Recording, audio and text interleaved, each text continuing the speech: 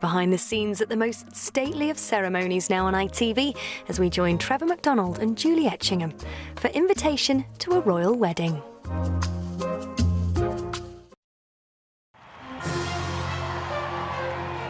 There is nothing quite like a royal wedding. And on the 19th of May, the world will witness a royal wedding unlike any we've seen before. It was very romantic. He got on one knee. Prince Harry has announced his wedding engagement to Meghan Markle. Toronto, Canada is waking up to this news. The two are set to wed in spring of 2018. Wait, spring of 2018? That's coming up. Like all royal weddings, we can expect an eye-catching spectacle of pageantry. And here's a wonderful fairy tale sight. Weddings are moments through which a nation defines itself. And we were there, front row, well, nearly front row seats. In this film, Trevor and I discover exactly what it takes to put on the perfect royal wedding by inviting you to share the behind-the-scenes secrets from those in the know, both past and present. From the dress designers... We had to be very careful not to let any scraps fall on the floor because we had a lot of journalists going through the rubbish to see what colour the dress was like. To the cake makers. We just finished the cake and I remember Harry came bounding in and then he pretended to box with the top decoration and we were like, oh no! And from the bridesmaids... I do remember Diana getting ready and she has her tiara on and she's still in her jeans. To the lucky guests. This arrived after the wedding with a piece of wedding cake inside, which sadly is no longer there because I ate it. As the couple themselves count down to their big day, we'll be cordially inviting you to celebrate with us the forthcoming wedding of His Royal Highness Prince Harry and Meghan Markle.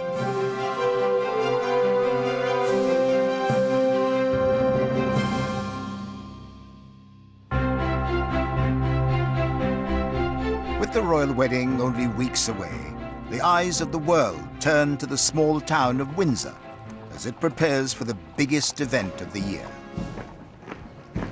I still have memories of the 600,000 people who lined the streets in 1981 for the wedding of Prince Charles and Lady Diana.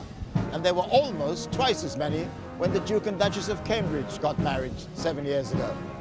So for this royal wedding, the crowds in Windsor are likely to exceed all records.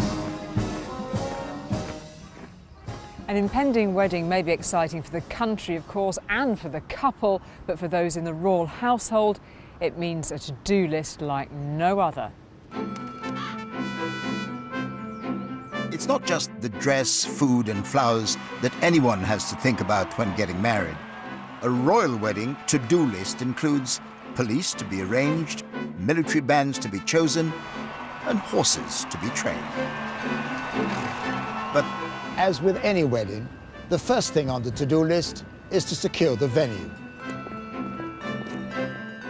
Harry and Meghan will be married in St. George's Chapel at Windsor Castle, a place of special significance for the royal family. Prince Harry himself was baptized here, and this is where Prince Charles and Camilla received their marriage blessings in 2005.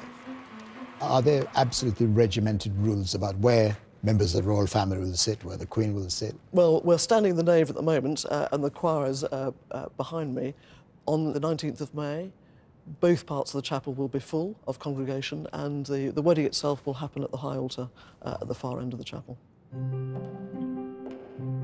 Plans are not yet finalized for exactly which seat, but the Queen will be sitting in this chapel to watch her grandson get married. But this would be no small family event. For many years, royal weddings took place in private, behind closed doors. Now, they're shared not just with the country, but with the world. Although Prince Harry is a global figure, he's now only sixth in line to the British throne. So he has a little more freedom in his choices for his wedding day than his older brother, William. Prince William could not have chosen this intimate family venue when he got married because, of course, he had to do everything on the scale of a future king. Royal journalist Duncan Larkin was a guest at this wedding in 2011. when Prince William married Catherine Middleton. So this is the order of service from William and Kate's wedding. It's quite a collector's item. Every guest at the royal wedding had one of these on their seat. When I look back now, these can sell on eBay for £1,500 plus.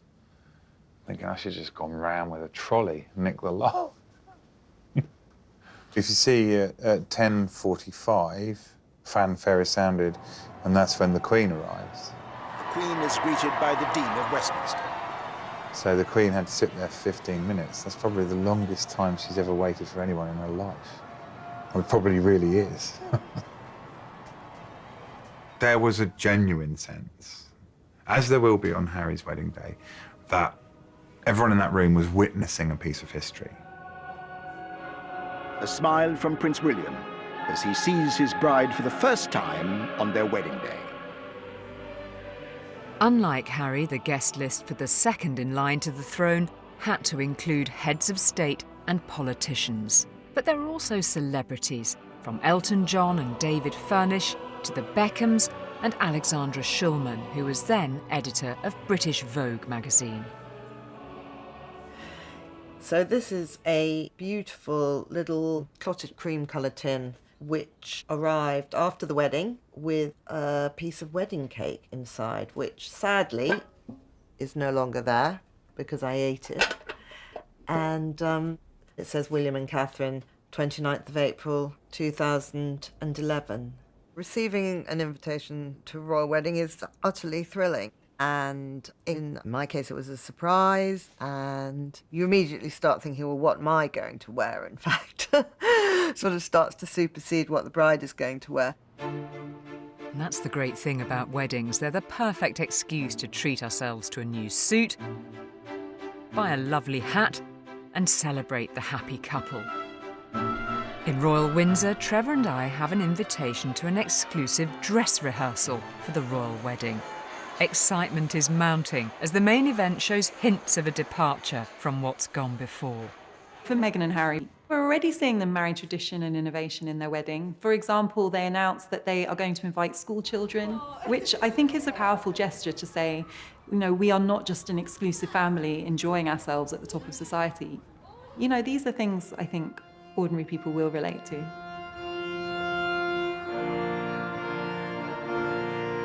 As the royal procession approaches the altar, here comes the bride on her father's arm. Waiting for her, His Royal Highness Prince Harry with his brother Prince William, the best man.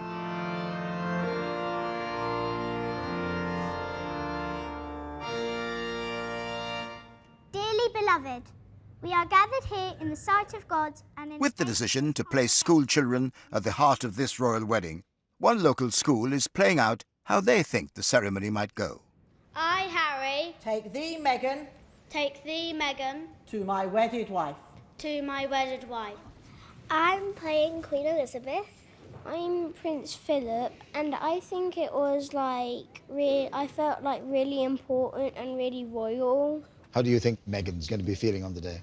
Quite nervous because she might get her words the wrong way around, and You think she would get the words the wrong way around? well, she might accidentally trip over on a dress. Talking of which, the second thing on the royal wedding to-do list is the dress. Ever since Harry and Meghan's engagement was announced, the speculation amongst fashion journalists about who gets to design the dress has been feverish. But the one thing we know for sure is that by tradition, the dress remains under official wraps until the very moment we get to see the bride. Here is the picture that every woman will be watching closely. Her Royal Highness, the bride. The tradition of the white wedding dress is really very recent, and it comes from Queen Victoria. Previous to her, brides would wear any colour. When Victoria got married, she was in pure white, which signalled to the world that she was this innocent girl and so different to the debauched monarchs who'd gone before. And there still is this convention across the board. Even the most fashion-forward, the most celebrity of brides, everyone still wears white. I think for designers, it's a very important balancing act. It's not a moment when they can kind of spread their design wings. It's more a moment where they can bring their own kind of aesthetic, their own trademarks, and kind of hone it down into this dress that's going to be one of the most famous things they'll ever do. The most famous wedding dress of all time was the one made for Harry's mother, Lady Diana Spencer. That's the picture of Princess Diana leaving one of the fittings. It was created by Elizabeth Emmanuel and her then husband David in 1981. Well, we'd recently graduated from the Royal College of Art and we'd just set up the business. So I think we've been in business about a year, not even that. So that's my favourite picture. It's yet to have its flounce put on round the neck, and I don't even think it's got its lace on yet. The lace was embellished with more than 10,000 pearls and sequins sewn on by Elizabeth and the team. We were all about drama, something that was going to be different, that was going to create a whole new look for brides, something romantic and wild, and we knew it was going to be part of history and we wanted it to reflect that history. And also Diana's youth and beauty. Images of Diana in the Emmanuel's designs are world famous, but lesser known are the treasured secrets of the workmanship. So here are the trunks, and these contain lots of royal wedding bits and pieces, including the royal wedding pattern. This pattern was laid on the fabric, and the fabric was cut out. And this was a long process because Lady Diana at the time lost so much weight, so we had to keep altering the toile. So that's very, very precious. So you can actually see bits of the real fabric here.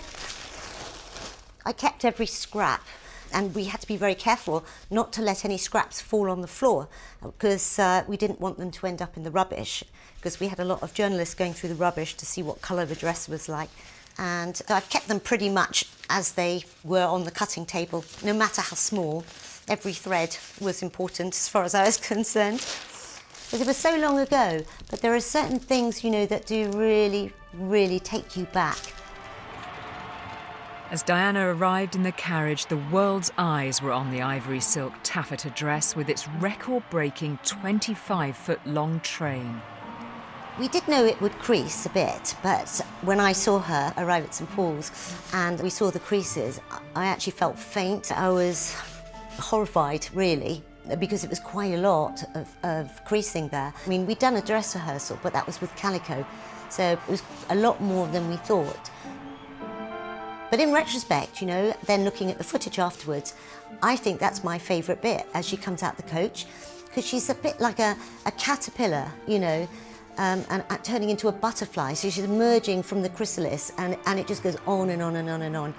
And as she's going up the steps, the end of her train is still in the carriage, and then the wind catches her veil, and the most dramatic pictures ever are from that bit when she's going up the steps towards St Paul's. So I love that now.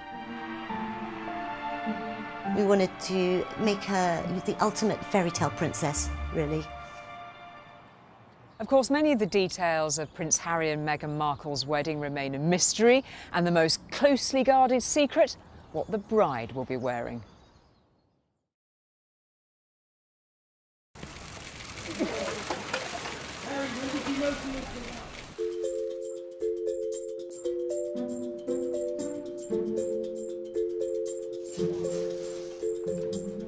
Do you think this looks anything like the dress that Meghan Markle would wear at the wedding? Well, not quite. I'm putting love hearts on to make it very royal. Why do you think Love Heart's particularly royal, or? Because it makes everybody think they're welcome to the wedding. At St Edward's First School in Windsor, preparations are gathering pace for the forthcoming wedding celebrations. I've been making Meghan Markle's dress and I think it would be beautiful like this. Well, at first I had an idea of doing some stripes.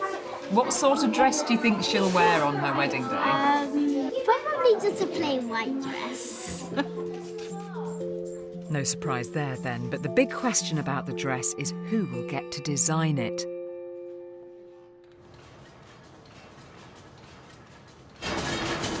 A Of all the wedding dresses of the past, the identity of the designer for Catherine Middleton's dress was the most closely guarded secret. Even those making it were kept in the dark, from the factory in Nottinghamshire providing the lace, all the way to the embroiderers stitching the design at the Royal School of Needlework in Hampton Court Palace.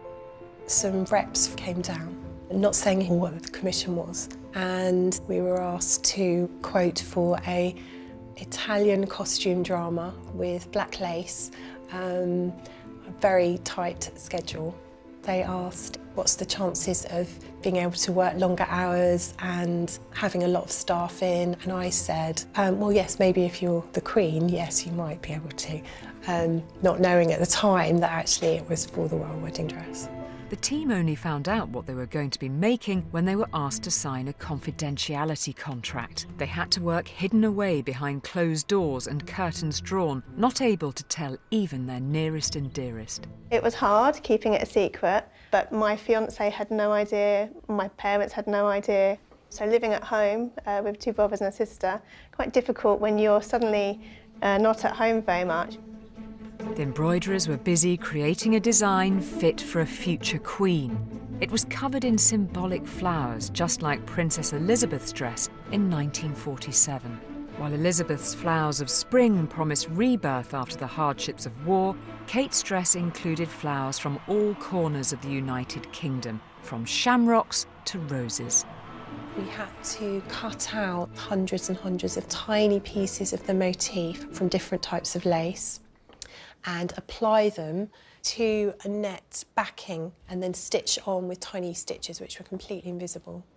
We had a template to follow, so we knew exactly where each piece was to the millimetre. It's quite hard on the eyes as well, yes, because of the nets and it's being white. White on white is quite hard. We were washing our hands every 30 minutes just to make sure that the threads were pristine, that the work itself was pristine. But the team still didn't know who the designer was. Her identity, Sarah Burton of Alexander McQueen, wasn't revealed to the public until the morning of the wedding itself, when she was caught on camera, arriving at the bride's hotel. One hadn't thought of that sort of the brand Alexander McQueen as dressing royals at all. At the time, it was a brave decision. His clothes could be quite frightening in some ways, very kind of out there, quite macabre. And I think what she was able to see was the detail, the interest in symbolism and the theatricality of it could be shaped to be relevant for a royal wedding. When Catherine stepped out of the car and I saw the dress for the first time, I cried. A lot of tears, a lot of happy tears.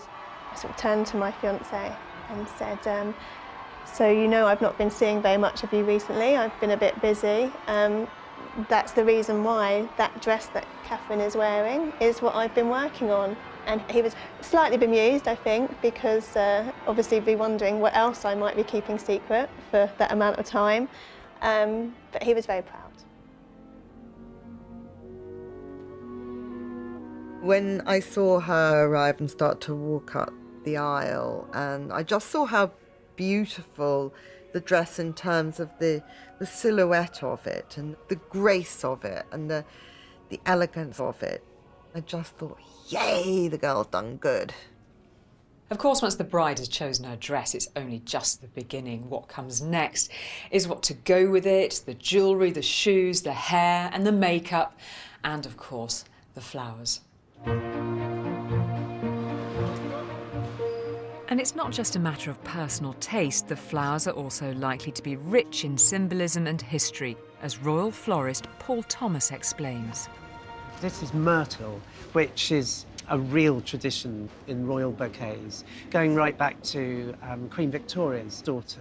So what sort of style and taste might we expect for an American bride, do you think? We are almost certainly going to see some peonies. It's that full flower and that full colour of roses, like, for example, these. So beautiful, aren't they? Oh, they are so romantic. Paul is spot on. It's since been announced that Harry and Meghan have chosen peonies and white roses, as well as foliage from local royal parks. And how can you ever miss the lily of the valley, which is the flower for May, the most amazing perfume, I think, in the world. It's exquisite, isn't it? I cannot imagine that they will not be used. And I remember actually ahead of the last big royal wedding, these are all planted around the bases of the trees that they had lining the aisle. We were allowed in the night before to have a look around the Abbey. And the thing that struck you most when you went through the door was just the perfume from the lilies of the valley. It's the first thing. Wonderful. It was incredible. Yeah. Oh, how lovely. Longman's florists in London made their first royal bouquet for Princess Elizabeth in 1947. They went on to make bouquets for everyone from Princess Margaret to Sarah Ferguson and Lady Diana in 1981. Her bouquet, orchids and pale gardenias, dark myrtle and golden Mountbatten roses.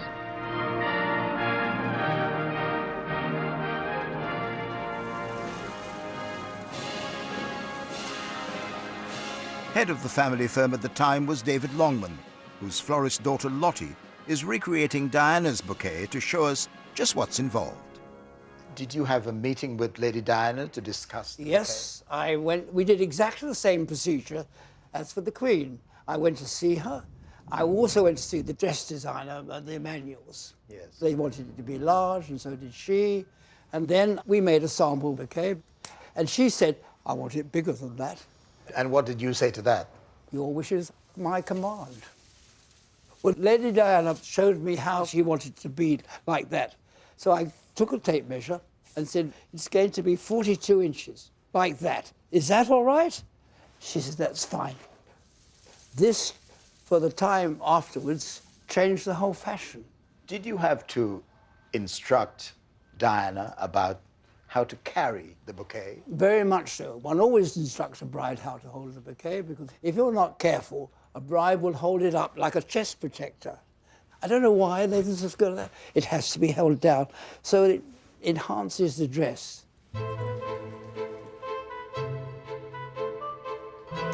So I'm just going to put the traditional piece of myrtle into the bouquet. Lottie, there's a lot of work that goes into the creation of a bouquet like this. Well, a huge amount of work. Every single flower is individually wired and then taped so that the moisture is held into the flower so they survive. Even the lily of the valley has a silver wire that runs down. And the size of this bouquet? And this is the 42 inches. Absolutely Exact, 42 yes. inches. I hope so. We made two bouquets. The first one had to be delivered, which I delivered at 8 o'clock to Buckingham Palace. And we had a police escort, motorcyclists, who took us all through the city to Buckingham Palace. And then we came back. Well, that time they'd finished the second bouquet, and back we went again. What's the point of having two bouquets? Well, if we go back to the Queen's wedding in 1947, when you look at the state photographs of all the bridesmaids and the royal guests, and there's the Queen without a bouquet. It got lost. So in the middle of their honeymoon, they had to get dressed up again in their wedding clothes, and my father had to provide another bouquet for those photographs. So now it's a tradition that Now there the always be tradition, two bouquets. two bouquets, so that doesn't happen again. So the dress is sorted, the flowers are underway, and the clock is ticking. Next on the to-do list is the food, the centrepiece of which, of course, is the cake. I wasn't sure if I could actually do it because I'd never done anything this size before, and it's for our future king. So I had to then come up with the goods, if you like, because I certainly didn't want to end up in the tower.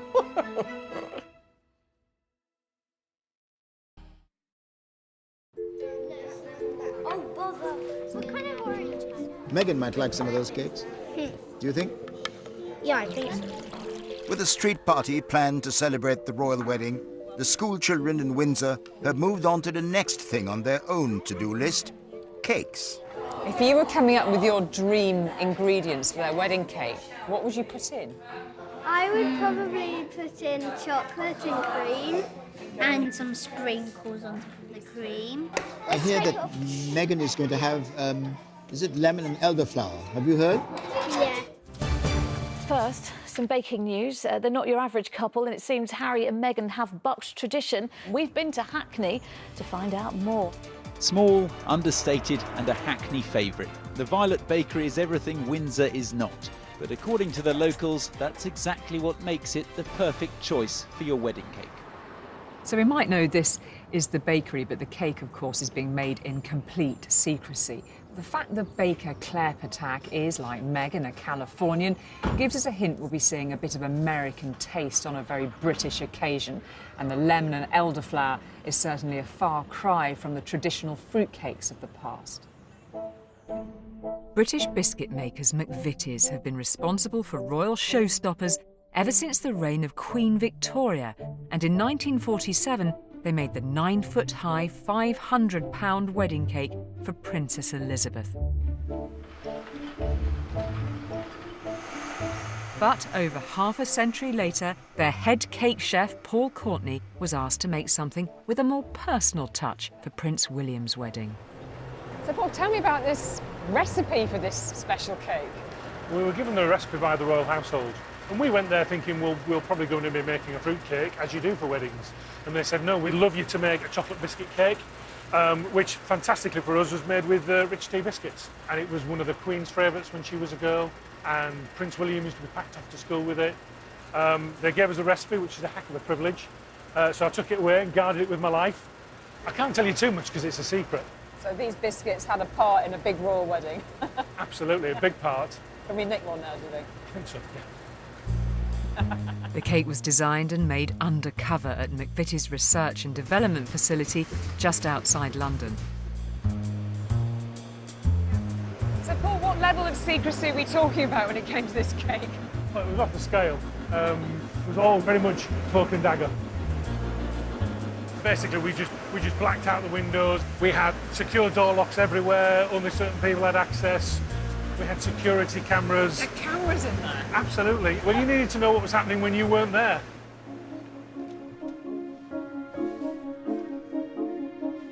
Paul's partner in clandestine cake making was royal chocolatier Barry Colenso.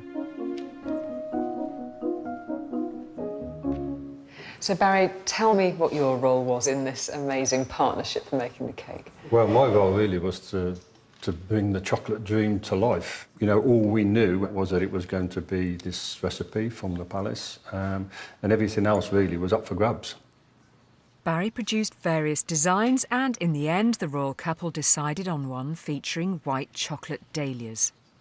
Are you going to show me how you begin to put one of these together? We're going to try. So the first thing we need to do is pop a bit of chocolate on there. So you do that one. Do a bit of this. How did you end up doing dahlias? What was the significance of it? Because dahlias stand for longevity and love. So assuming this, they're going to stay in love for a long time.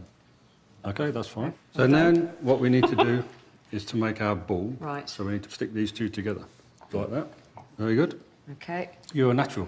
I don't think so. Right, so now we've got 3 layers of petals, 6 petals on each layer. We'll start with the little ones. Gosh, this looks so delicate. These are my 6. So they're stuck to the paper, so what you need to do is peel them off. Yeah. Dunk them in. Dunk them, dip them, and then put it underneath the ball This is right. and spray it. OK. So the clock ticking. Yeah, now spray it. That's it. Perfect. The patience that you need. Did you just spend hours doing these? Took a long time. First one I did from start to finish took me 4 hours. Good heavens. I can do them now in about 20 minutes. Ta-da! Having kept the cake secret for 3 months, the biggest challenge for Barry and Paul was still to come.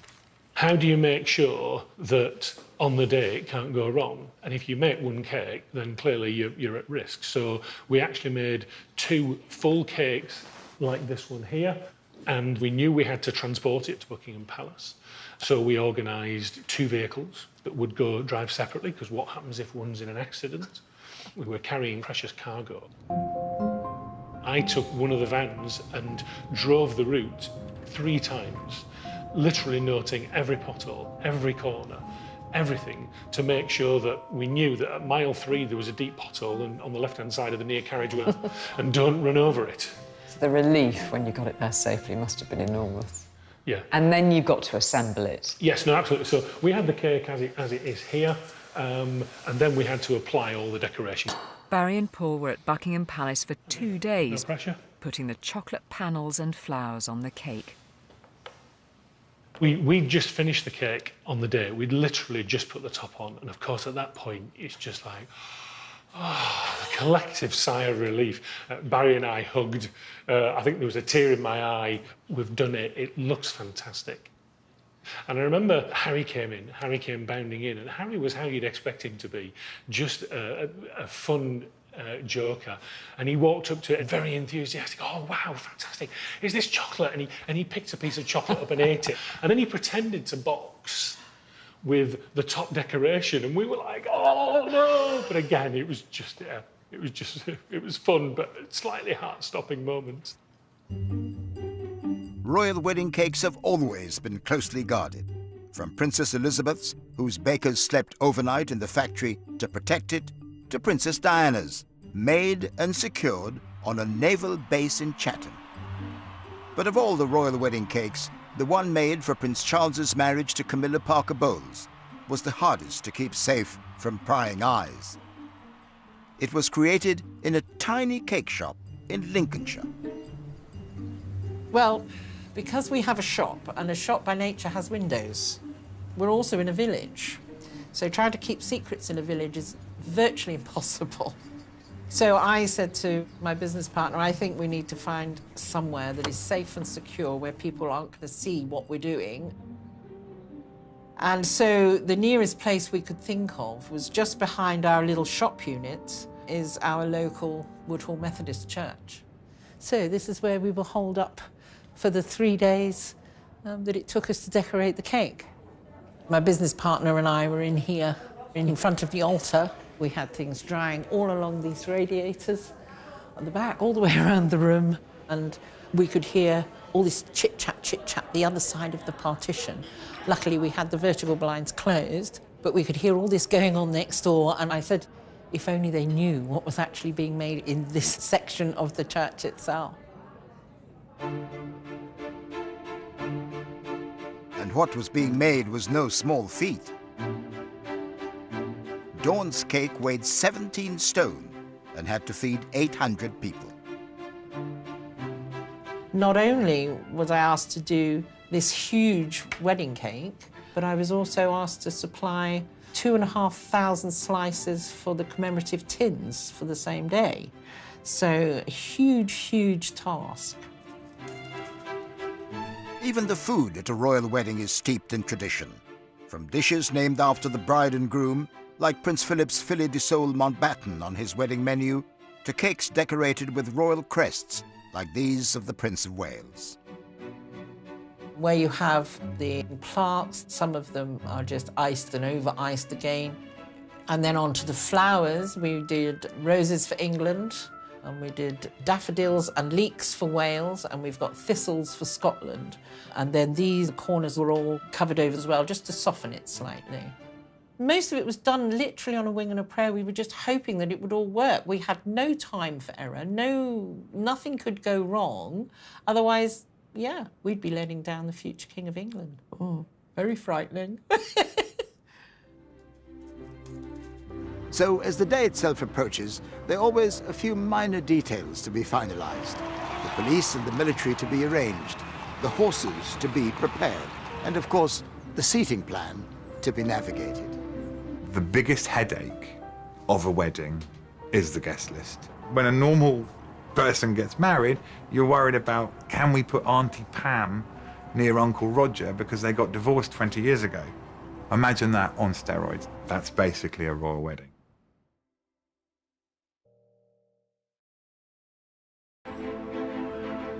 Ever since Queen Victoria, royal weddings have gone from being private occasions behind closed doors to national events celebrated with the people. An estimated 1 million people were lining the processional route. Many of them got here days ago, and this is what they came for.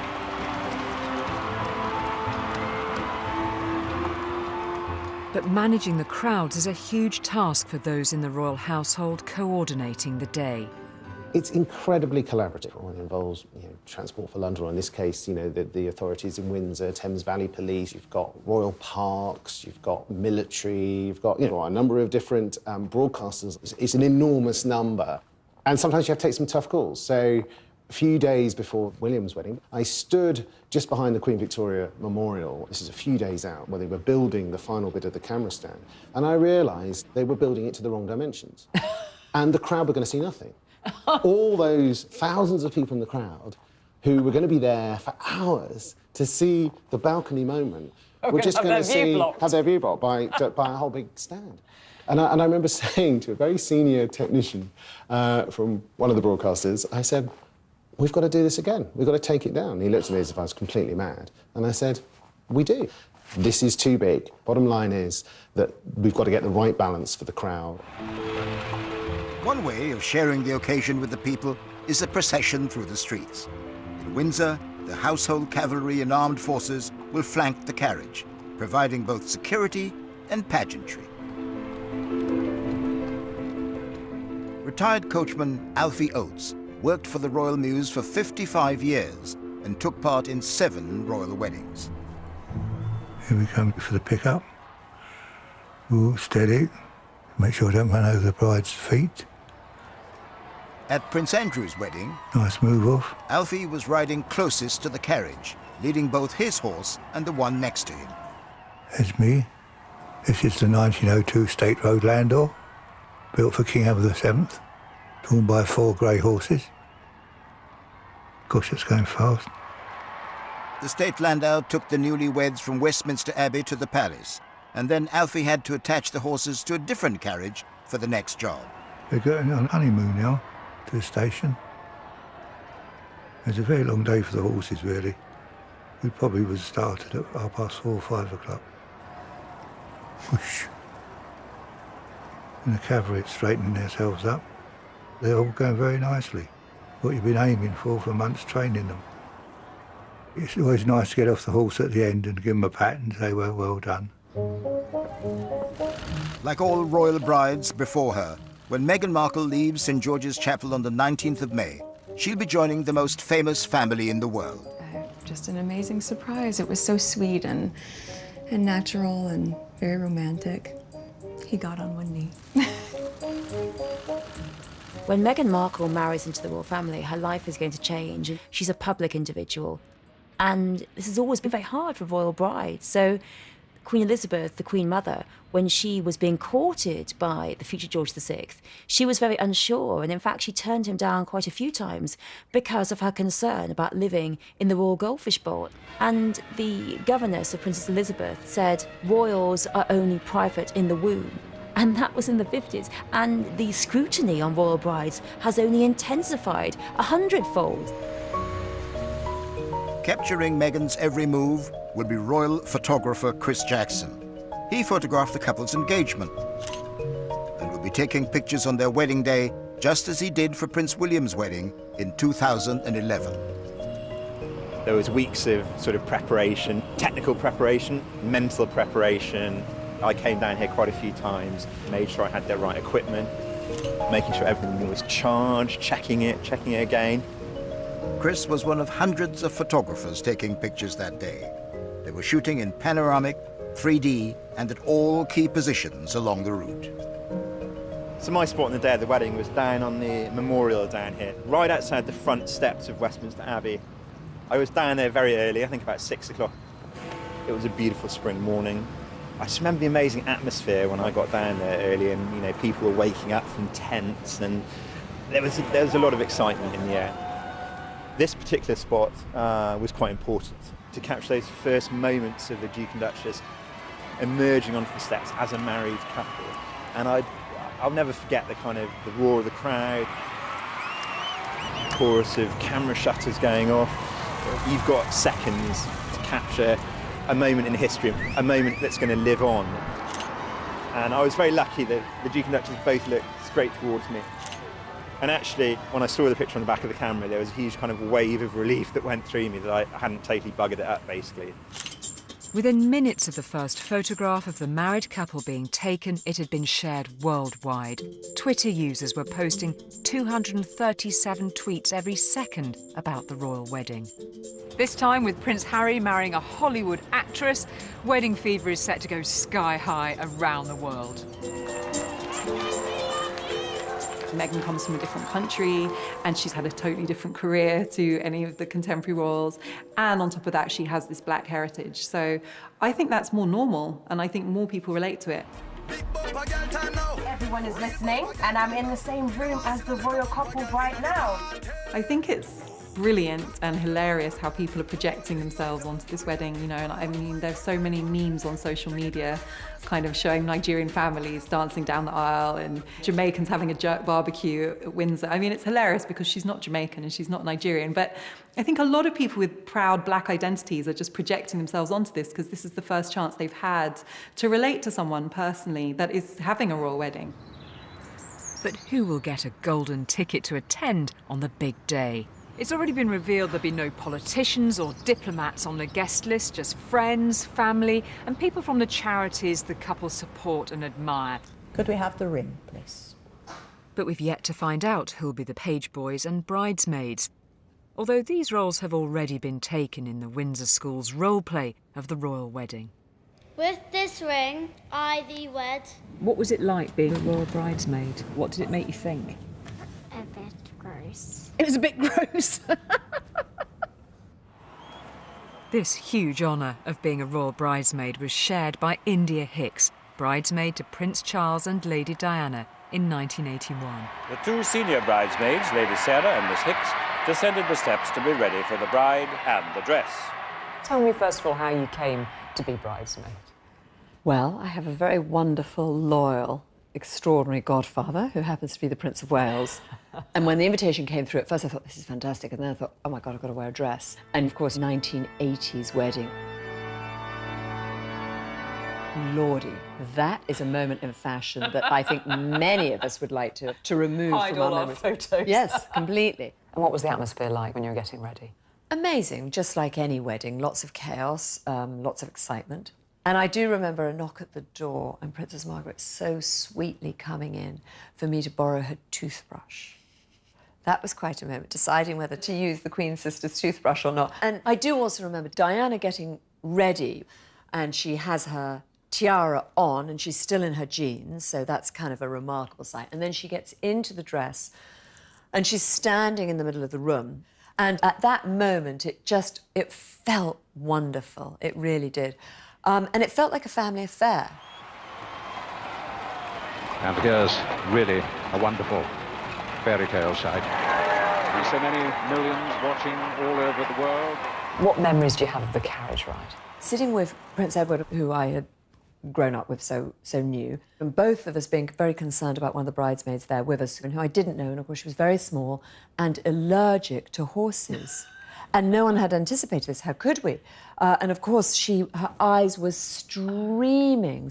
Her nose was streaming. She kept wiping her nose on her dress, on this silk dress. On the silk dress. And Edward and I were trying to cope with this very, very, very miserable child inside the carriage. That's quite a memory, isn't it? Yes. I'll never look at those dresses in quite the same way. No, snot. Snot all over the silk. Royal bridesmaids have always had not only the best seats for the service and the procession, but also a coveted invitation to the reception. Oh, there we are, arriving at Buckingham Palace. I don't remember seeing this. Annabel Cope was one of Princess Margaret's bridesmaids. I should think we were probably quite glad that it was all over. That's what I remember, the people surging towards the gates.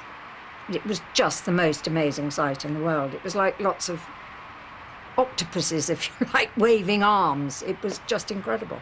And the noise of people shouting. There I am, leaning in front of the Queen, struck by just the numbers of people. Brings back all those feelings, being on that balcony again. Magical. From the palace balcony, Elizabeth and her husband waved to the cheering crowd.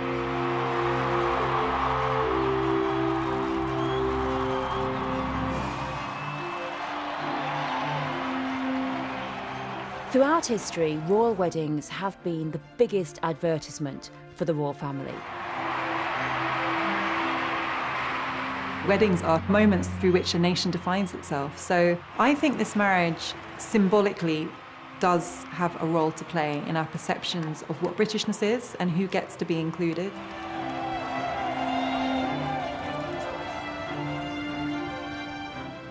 This is a royal wedding which I think edges the British monarchy into the 21st century.